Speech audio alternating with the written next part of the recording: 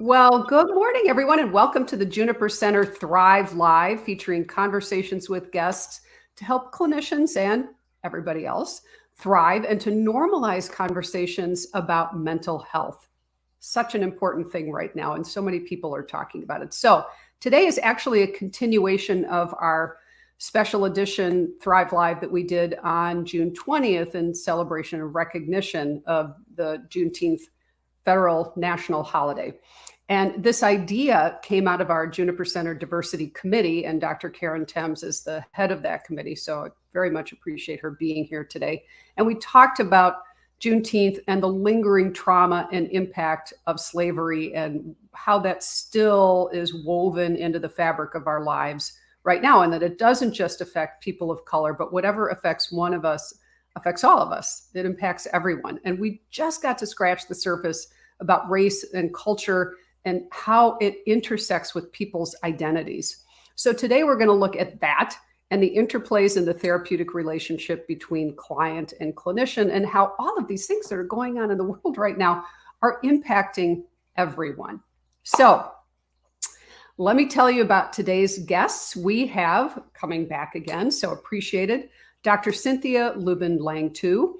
Dr. Cynthia is a Haitian American licensed psychologist and community psychologist, professor at the Chicago School of Clinical Psychology. What did I just say? Chicago School of Professional Psychology. I taught there for 10 years, for crying out loud. She's a volunteer psychologist and clinical supervisor with the Marjorie Culver Center for Survivors of Torture. She also provides training on psychological trauma for the Young Center for Immigrant Children's Rights. So this is obviously woven, Dr. Cynthia, into your everyday work. And Dr. Karen Thames, who is a licensed clinical psychologist with over 15 years of clinical experience working with individuals, couples, and families, including with us at the Juniper Center. So blessed to have you with us for the last several years. She uses the not-for-profit she founded, Empowering People with Invisible Chronic Illness, or the EPIC Foundation. Please check them out online. We'll have that information for you, to help people live with invisible chronic illnesses. She sees clients from all backgrounds with a deep interest in multicultural psychology and diversity and inclusion. Welcome, Dr. Cynthia. Welcome, Dr. Karen, and welcome all of you to the Juniper Center Thrive Live.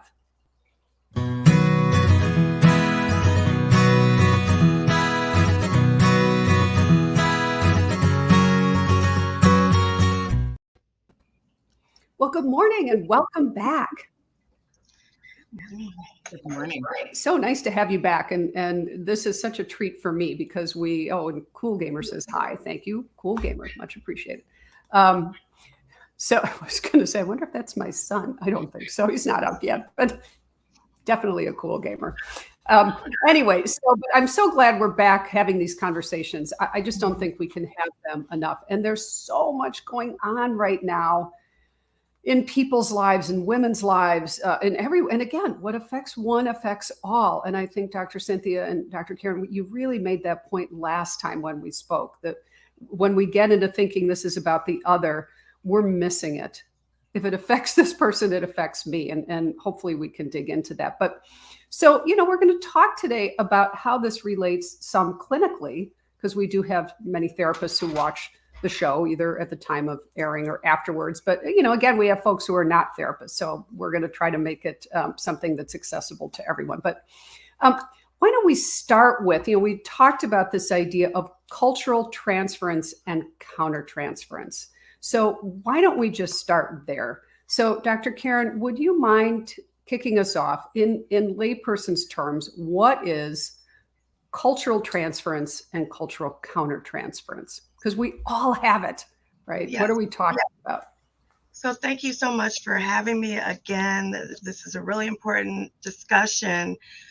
So to put it in layman's terms, in short terms, transference is when the client brings their particular story and their issues to the therapeutic space, and they may project their feelings that they have toward, a particular person or life experience onto the therapist. And so that therapist represents something that's pretty prominent or important to the client. Okay, so when we're talking about cultural transference, what that looks like is it's looking at that within a cultural context. And so maybe the client has particular feelings about, race, ethnicity, something regarding cultural issues, and they bring that into the therapeutic space. An example of that might be, a client who feels a power differential from a marginalized group. And so that client is seeing someone who looks like a person or people that they've been oppressed by. And so they might bring that experience into the therapy space, and that creates a particular dynamic. And on the flip side, a client or a therapist might also have certain feelings, biases, thoughts about a particular group of people, and on a very unconscious level will bring that into the therapy, and perhaps identifies the client as being a part of that sort of worldview, and will project in the same way. So, I could think of a million different examples, but that would be cultural counter transference. And, it's really important to self-reflect as a therapist in the first place, but particularly in regards to cultural counter transference, it's really important to be aware of the things that come up for you as a clinician when you're working with clients. I love that. And right, isn't this the thing we do? It's just the same thing that we do in the world, right? It happens in therapy, but we do it when we're at the grocery store or we're at the post office or we're walking down the street, or we're driving our car and we see somebody who looks like that and they're that, and that's what that means. So, right, it's what we do, but yes, it shows up in therapy too. And as therapists, we need to just keep that in mind repeatedly. How am I thinking about, feeling about this person? What am I assuming about them? And how do I talk about that with somebody without somebody thinking negative things about me? So, Dr. Cynthia, would you like to add anything to that? Thank you so much, Dr. Karen, for those layers. And when I think about what you just shared, I think about the layers, of the lenses that we use to experience others. And the reality is that we do it because it's protective. Like, there's so much information that comes in the world, and we need to have buckets, right? Buckets that help us understand. And so it's a shorthand, if you will. And for the most part, right, it's helpful for us when we're in the grocery store. We have a schema of the way that we think about the way that people are doing different roles. And that's helpful in some ways. The way that it's harmful is when we overuse those schemas or those buckets or those lenses. And to your point, Dr. Karen, the importance of recognizing the various lenses that we have, the way that we're using them, but also how we're experienced, right? Because I walk around in the world not being fully aware of how I'm experienced. And Dr. Karen, as a therapist, I've had to really reflect on how I'm understood, who I am, and all of what I bring to the table physically, verbally, in whatever ways is experienced by my clients, and what it means for them, and that I have to attend to it, that I have to understand what it means for them to be sitting across from a woman who looks like me, right? And attend to what that might mean for the work that we can do together, and how they think of me looking at them and experiencing them in whatever identities that they bring visibly and invisibly to the table. Mm-hmm. Yeah, well said by both of you. And Dr. Claudia Mosier is thanking the group for having this conversation today. Claudia, very nice to see you. Thank you for being a part of this. And if anyone is here and would like to say hi or has a question or comment, please pop it in there. But very glad to have you here with us today. Mm-hmm. So, there's articles that speak to, and so then, there's research on everything these days, right? Thank goodness. But on both sides of this conversation, obviously we want a therapist who's going to listen to us and deeply understand us. What is the thing we want most? When I'm sitting across from someone, my job, is to deeply understand them. And I, as a client, would want to be deeply understood. And so the argument is, some research is saying, well, you really kind of need to look a lot like your client, or if you're queer, you need to be a queer therapist, or if you, right, that those folks are going to have an appreciably different experience than those who, you know, if you look like me, if you are like me, you're going to have a different experience, a better experience than if we're different. So, Dr. Cynthia, what are your thoughts on this? Oh, there are so many. Right, where do we begin? I think that representation matters. I think that there's a way that some folks can relax into a therapeutic space when they see or assume or understand the person across from them having a certain level of understanding of their experience. And so it can occur as related to identity, right? For some folks, it doesn't matter as much, right?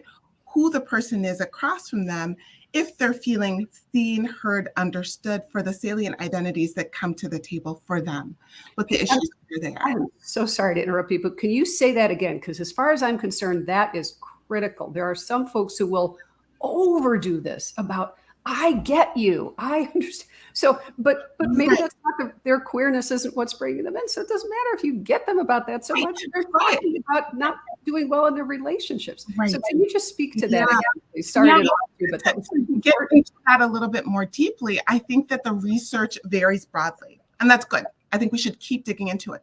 For some folks, they bring in an identity. That identity is really important to them. And many of the issues that they're bringing in are around that particular identity or intersecting identities. And coming into a space where they see someone and have a certain that look like them or has a similar identity in their view, there's a way that they can relax into that with the assumption that the person across from them might understand more. And that might be the case. And for some folks, right, it doesn't matter as much. What matters for them in that situation is that they feel understood, seen, heard, supported by the therapist across from them. The reality is that we might not know as therapists, right? And so what we can do is be as open as possible to whatever salient identities, whatever salient experiences come up for the client.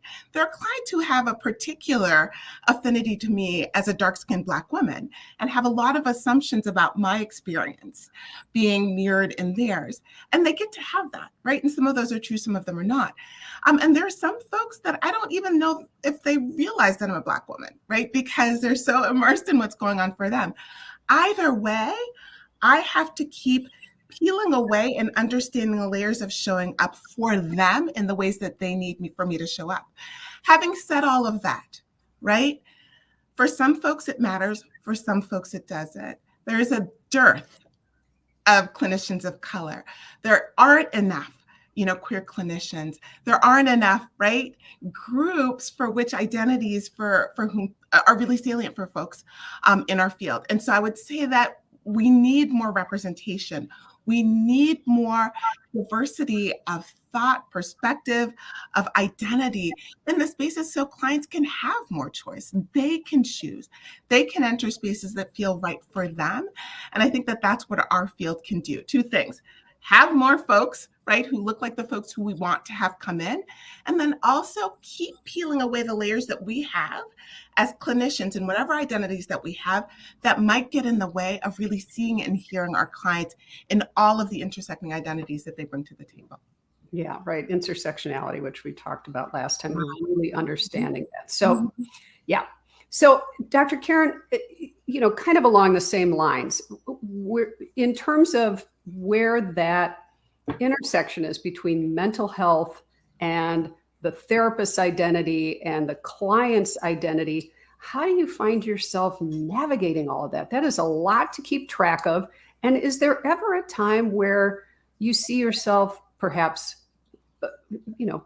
thinking, well, maybe I need to pay attention to this thing, but it's not that important to them?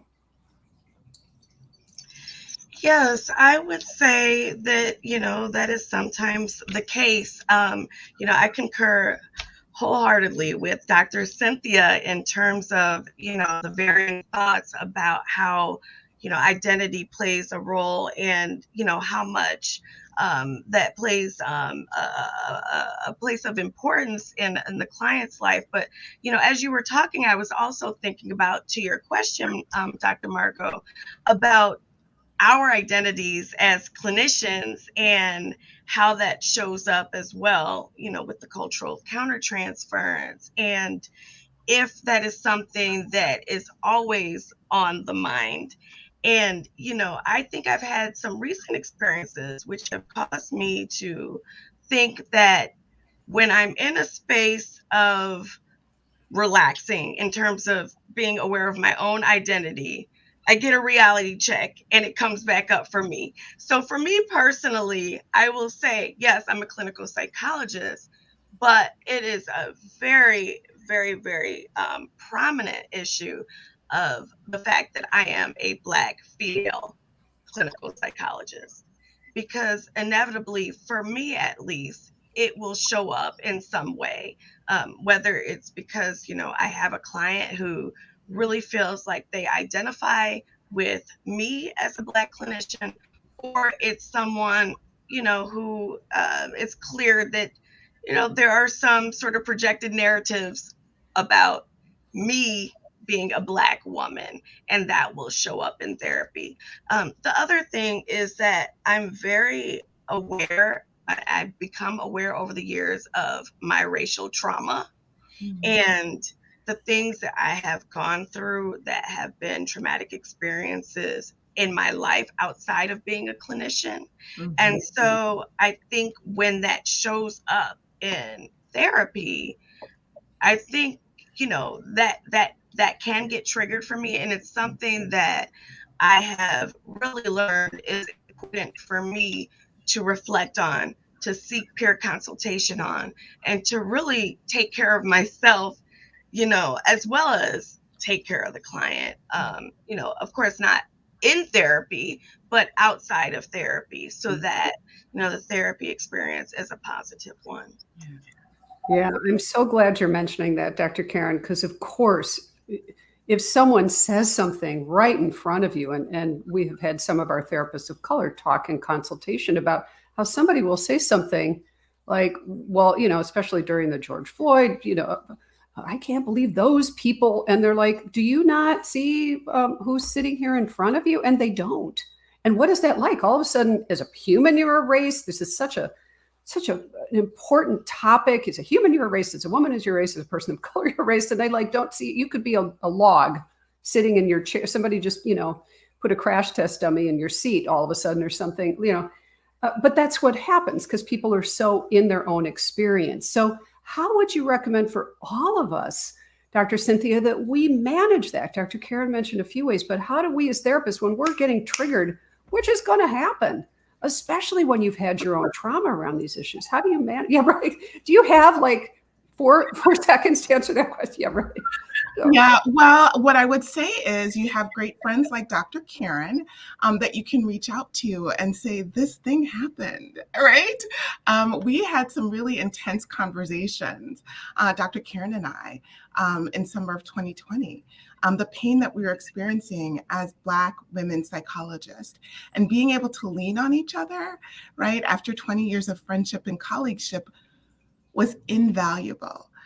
So when Karen asked me to be on this podcast, I didn't even care what it was. I'm like, whatever Karen asked me to do, I'll do. Because that's how we show up for each other. So I would say start off with that. Having circles of folks, right, already established that when we have that need, we're able to show up. And I love that Dr. Karen is another Black woman.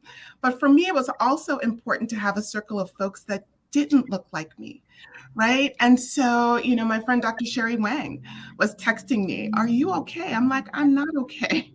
Thank you for asking, right? And when she was going through things with anti-Asian hate, I was texting her and asking, are you okay? And she was like, no, I'm not, right? So having folks that look like us and resonate, but also having folks that don't look like us, right? Being able to lean on them in difficult times, colleagues, friends, family members, community. So creating community beforehand, right, is critical to be able to manage this. And in the moment, some tips that I would have for clinicians who are experiencing that flush of Did I just hear that?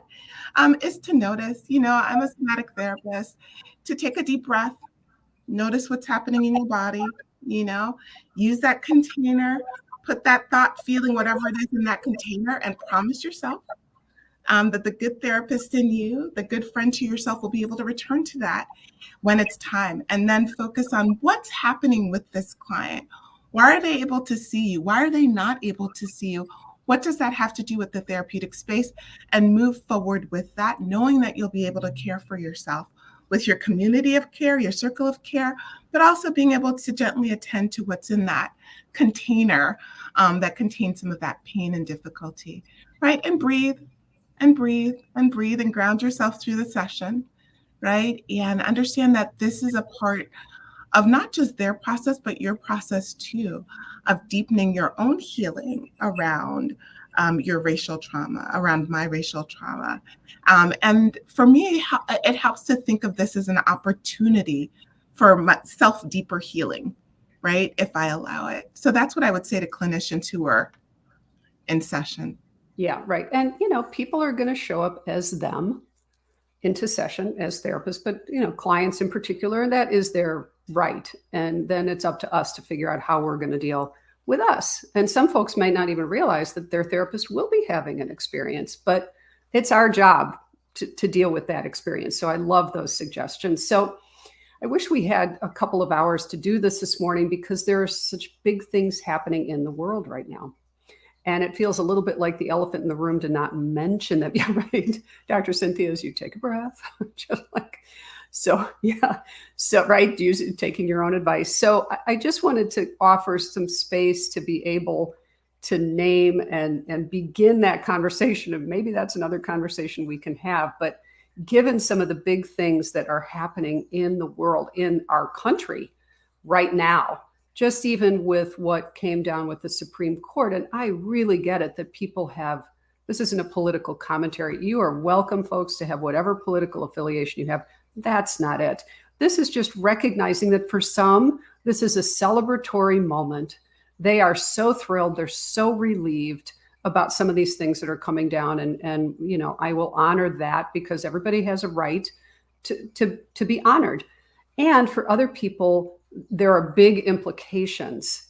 And we were speaking a little bit about this beforehand. And so, Dr. Cynthia, I think you had talked some about women of color and their bodies and who has ownership of that. So just for folks to be aware of that, would you mind just saying whatever you feel comfortable about? Sure. And I will say this, that in my practice, given, my background and the folks that I see, there are varied reactions to the Supreme Court ruling last week that essentially overturned Roe versus Wade.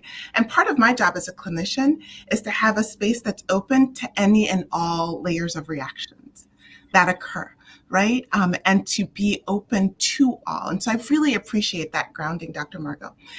Having said that piece, I think a layer of the conversation that's related to what we're talking about today in terms of racialized trauma, that I have observed, that I experienced personally around what's happened this week, is the idea that Black women's bodies from the inception of this country has not been their own. And that whenever something happens in the larger scheme, that chips away at that idea of self-autonomy, right? Of bodily integrity and autonomy, there's a pain that's experienced, right? And that Black women were not centered in the Constitution. Black women weren't human yet in the Constitution. And when we talk about the enumeration of rights and bodily integrity, I think there's a lot of pain that comes up for a lot of folks. But I think that it's important for us as clinicians to be aware of the layers of pain that might occur for Black women, for Native women in particular, given the history of erasure, as you talked about, and the lack of bodily integrity for certain groups of people in our country. And that wherever you are in how this came down, understanding that that is a layer of pain that a lot of folks might experience, and worthy of exploration. It's especially complicated, right? Because I also see Black women who have differing beliefs across the spectrum, right? And so then it's layered. And it's important to just recognize those layers, that they might come up, and that we as clinicians need to understand where we come in, right? And what we're holding, and then what we help our clients hold in complexity, and the importance of being able to hold complexity and the layers with them. But that uh, bodily integrity is critical, right, to emotional well-being. And we need to be attending to all of that as Mhm. we do as clinicians. Mhm. Right. It's integral to who we are and to our mental health. Right. So, and when you're talking about bodily integrity, I think you're also talking about ownership. The idea that someone else can own our decisions or own our bodies. I mean, I can only remotely begin to imagine, as an African American woman, what that would imply. So, Dr. Karen, do you have anything to contribute, or not contribute, you have a lot to contribute, to add to that particular nugget? Yes, absolutely. I think all the points that you hit on, Dr. Cynthia, were so important and, really bring up a lot for me in terms of disparities in healthcare in general. Having an organization where I work with people and support and advocate for people who already feel marginalized from an invisible chronic illness community where they already feel unheard, misunderstood, unseen, because people look at them and they don't necessarily see what's going on with them, especially when there are stigmas, toward chronic pain, toward other sorts of illnesses. But I digress.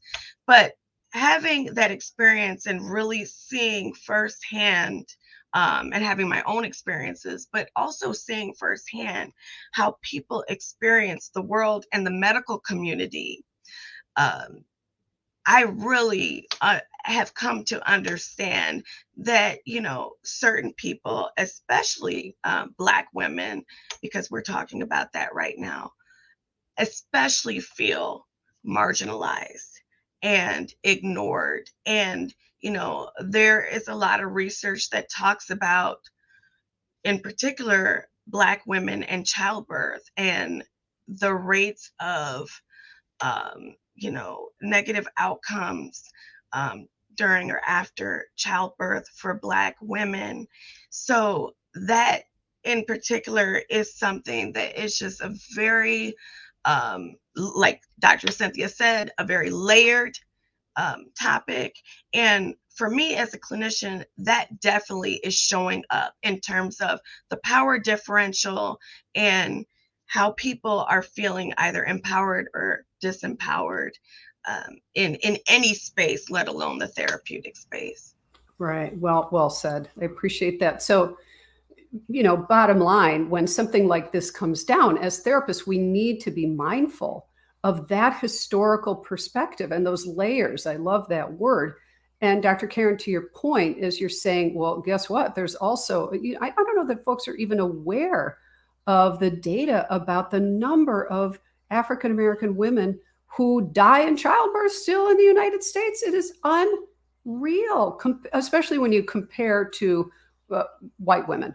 I mean, that it is just, it's stunning. So there are lots and lots of layers to this. And again, this isn't meant to be a political commentary. It's noticing as therapists, as humans, having that sensitivity, having that awareness. And there's something that, I see floats around on Facebook from time to time. It's a saying that, you never really know, be kind to people. You never really know what people are going through. Right? Don't assume that because this doesn't affect you, that it's not affecting somebody else. And as a clinician, definitely being aware of our transference, our cultural, our racial transference, our cultural and racial countertransference, and how to take care of ourselves. I love that the two of you are connected. We all need our tribe, so to speak, of people who support us. Right, definitely. There, this camera's backwards, so it always, right. I'm like, look like I'm, doing the little church in the steeple. Anyway, so Anyway, Dr. Karen, Dr. Cynthia, thank you so much for joining us. Thank you all for being here. I would love for the three of us to get back together again if you are up for it and continue this conversation. I think there's just so much to talk about. Any final words from either of you? Listen to Black women, protect Black women. I love it. I agree. Yep. I agree. Yep. Absolutely. And Wonderful. we'll all be protected. Yes. Absolutely. I love that. Right. And be aware, be listening. I love that. And folks, thank you so much for joining us. As always, I appreciate you being here with us. We are here the first Friday of every month, and on occasion we get to have a special edition. So Dr. Cynthia, Dr. Karen, thank you for joining us. All of you, thank you for joining us. Deanna Schoss of Intercultural Talk, who produces these shows for us, thank you. Everyone have a wonderful, safe 4th of July holiday. Be well, and we will see you next month. Bye-bye.